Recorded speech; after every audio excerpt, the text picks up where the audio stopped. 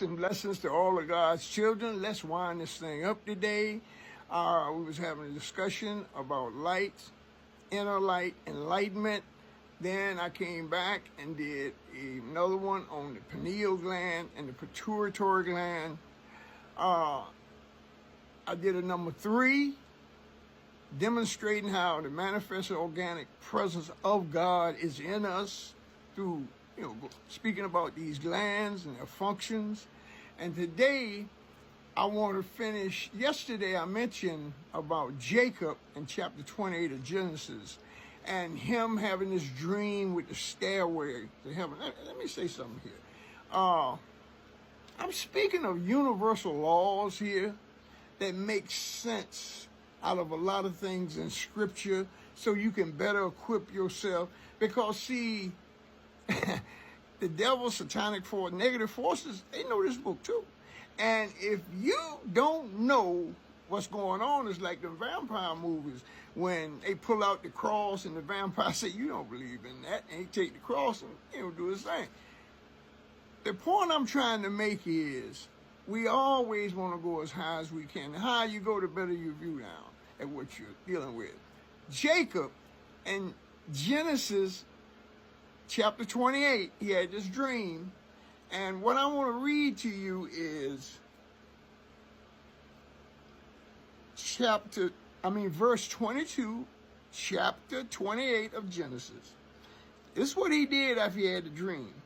And this stone which I have set for a pillar shall be God's house, and of all that thou shalt give me, I will surely give 10th unto thee. Now, what he did, he declared that area Bethel. You see Bethel. That's what it is, Bethel. But we said Bethel in this language. He declared that God's house.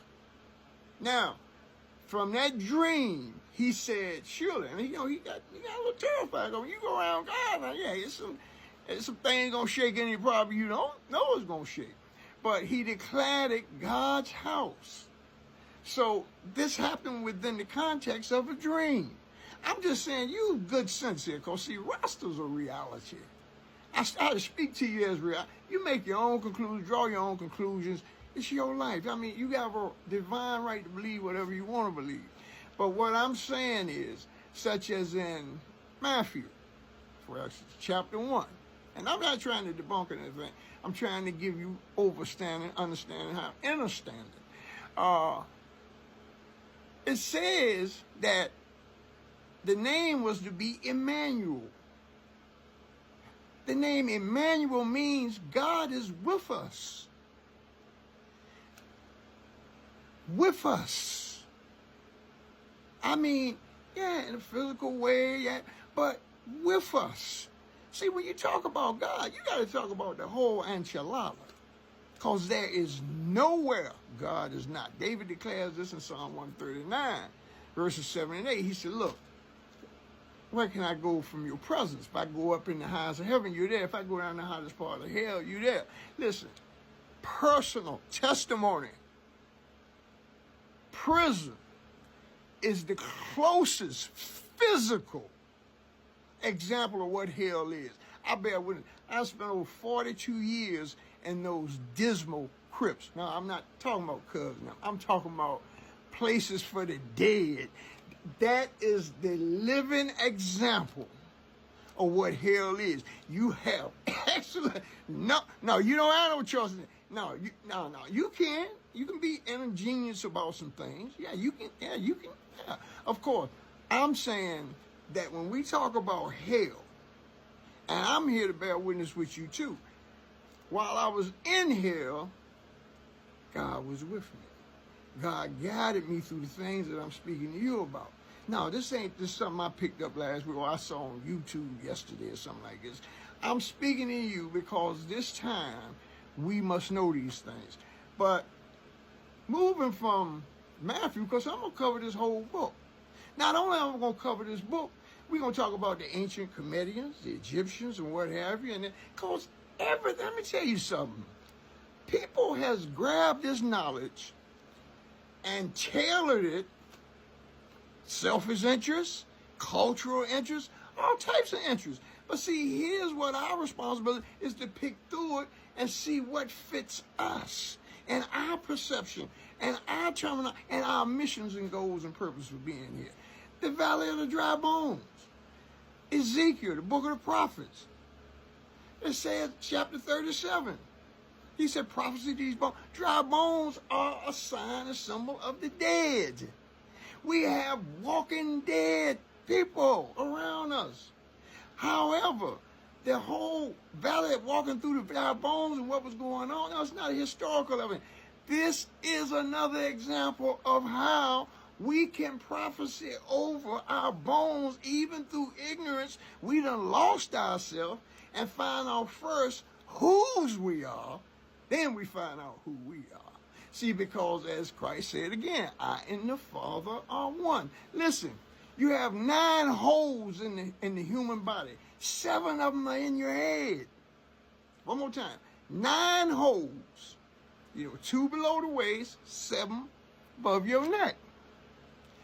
This is why in Scripture, Christ said it like this. He said, my sheep know the sound of my voice. You have to hear.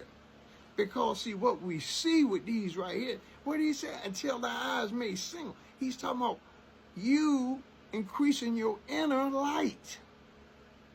This is what these sciences are for. This is what's going on here. It's for us to find those tools we need to necessarily come into our original intent. We come here fully packaged, made by a perfect God. Through our experiences, memories, feelings, and all this type, epigenetics. I mean, and it is. See, all this comes together in the knowledge of God. The knowledge of God is the knowledge of yourself. What better example could it be? So, I'm going to conclude this now, but this topic is going to come up in other different areas of my discussion. But this is why I'm here. I'm not on here to find a target group and nothing like that. No. This is way above this. Even though I'm so many inches, I'm talking about the physical body, above sea level, I'm talking about a knowledge that's millions of miles above these devils. So, this is going to conclude this particular. You are more than the skin that you are in. Energy never dies. It changes forms. I'm saying the sciences, all the great knowledges out there is coming together to a point now to support this truth.